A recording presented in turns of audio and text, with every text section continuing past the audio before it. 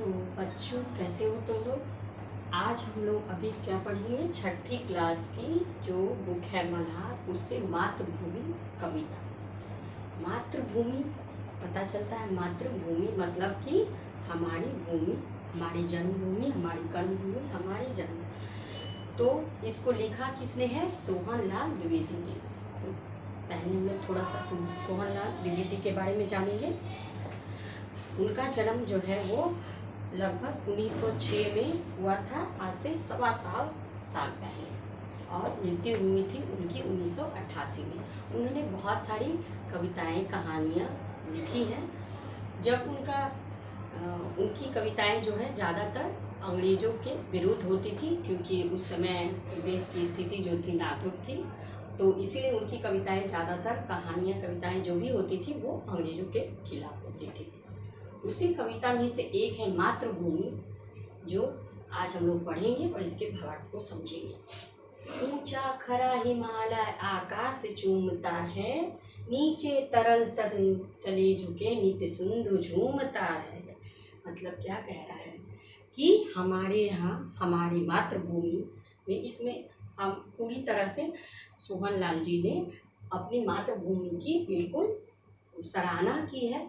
यहाँ पर कैसे यहाँ का सुंदरता का प्राकृतिक वर्णन किया है। सबसे पहले उन्होंने कहा है कि हमारे यहाँ जो सबसे ऊपर चूमता हिमालय है, जो आकाश को बिल्कुल एक समान दिखाई देता है। ऐसा लगता है आसमान और हिमालय दोनों एक जैसे हैं। वो ऊपर में चूमता है और नीचे क्या है, धरती जो है वो बिल्कुल सिंधु, मतलब कि सागर नदी सब झूम रही है। दूसरे में है गंगा यमुना त्रिवेणी नदियाँ लहर रही है, जगमग छटा निराली पग पग चहर रही है। मतलब यहाँ पर उन्होंने वर्णन किया है गंगा यमुना त्रिवेणी, यहाँ जहाँ पर जैसे संगम है, संगम में गंगा यमुना और ये सरस्वती नदी तीनों का मिलन होता है।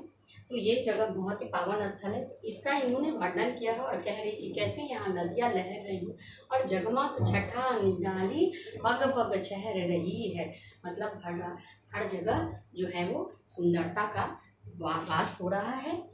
फिर वह पुण्य भूमि मेरी, वह स्वर्ग भूमि मेरी, वह जन्म भूमि मेरी, मातृभूमि मेरी।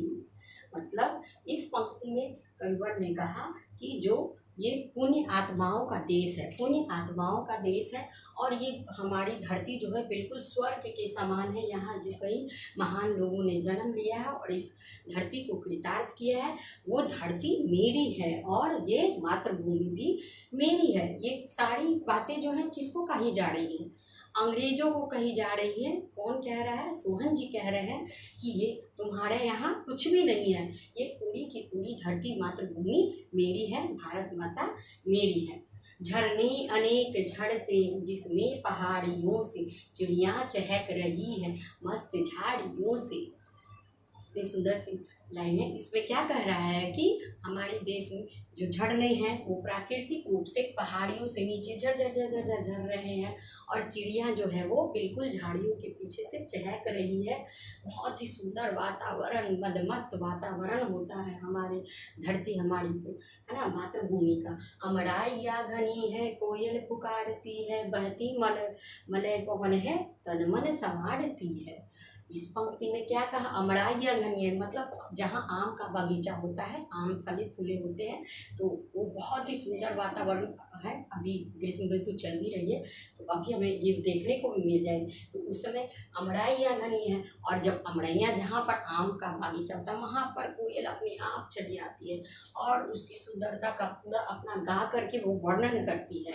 ये ऐसा देश है मेरा, बहती मलयाचल पर्वत जो है दक्षिण में, हमारे दक्षिण दिशा है ना, हमारे दक्षिण भारत में मलयांचल पर्वत है, जो कि वहाँ से पवनें जो बह रही है। कवि ने इसमें क्या कहा कि मलयांचल पर्वत से, दक्षिण में जो मलयांचल पर्वत है वहाँ से जो पवन बह रही है वो हमारे तन मन को बिल्कुल एकदम शुद्धता के साथ स्वच्छ कर रही है। इतना सुंदर वातावरण है मेरी मातृभूमि, मेरे देश का। आगे है, वह धर्म भूमि मेरी, वह कर्म भूमि मेरी, वह जन्म भूमि मेरी, वह मातृभूमि मेरी। मेरी जन्मभूमि भी मेरी है, जिसमें मैं धर्म कर्म कर रहा हूँ वो भी मेरी है, और ये कर्म भूमि भी मेरी है, और ये जन्मभूमि मेरी है। तुम कहाँ से आ गए, तुम यहाँ कहाँ से आ गए, ये तो मेरी जन्मभूमि है। आगे पंक्ति में है, जन्मे जहाँ थे रघुपति, जन्मी जहाँ थी सीता, श्री कृष्ण ने सुनाई बंसी पुनीत गीता। क्या कह रहा है कि इस पंक्ति में कवि ने कि यहाँ पर श्री राम जी जन्म लिए, सीता माता जन्म ली, और श्री कृष्ण भगवान ने बांसुरी बजाई और पूरा गीता लिख डाला। तो ये धरती मेरी है, ये धरती मेरी है, पावन धरती मेरी है, जहाँ पर श्री राम ने जन्म लिया, माता सीता ने जन्म लिया, श्री कृष्ण ने गीता सुनाई बांसुरी। आगे कहा, गौतम ने जन्म लेकर जिसका सुयश बढ़ाया, जग को दया सिखाई, जग को दया दिखाया।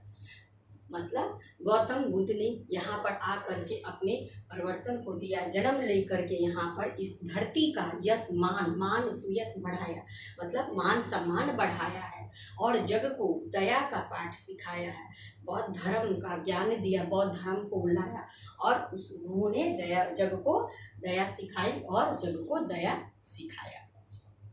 ये है बुद्ध मेरी, यह युद्ध भूमि मेरी, यह कर्म भूमि मेरी, वह मातृभूमि मेरी, वह जन्मभूमि मेरी, वह जन्मभूमि मेरी, वह युद्ध भूमि मेरी। आगे की पंक्तियों में क्या कहा सोनू जी ने कि यह बुद्ध भूमि भी मेरी है, यह जन्म कर्म भूमि भी मेरी, मैं इस पे कर्म कर रहा हूँ, रह रहा हूँ, और ये मातृभूमि मेरी है और जन्मभूमि भी मेरी है। तो तुम यहाँ कहाँ से आ गए, इस है ना, तुम्हें यहाँ से जाना होगा, यह पूरी की पूरी धरती मेरी है, मैं यहाँ स्वतंत्र रूप से अपने वास करना चाहता हूँ, तुम जहाँ से आए हो वहीं चले जाओ। तो कटाक्ष वार किया है इस कविता के द्वारा कवि ने इस अंग्रेजों के विरुद्ध में, और उनकी ज़्यादातर कविताएं जो बच्चों यही होती थी, वो अपने देश के प्रति देशभक्ति से लीन थे, और है ना, उनकी ज़्यादातर कविताएं अंग्रेजों के विरुद्ध थी। तो ये सुंदर सी कविता मातृभूमि जो सिंह जी द्वारा लिखी गई है, बच्चों इन्हें हमें याद करना है, याद करके अपनी कक्षा में हम इनका प्रश्न उत्तर तैयार करेंगे। इसके साथ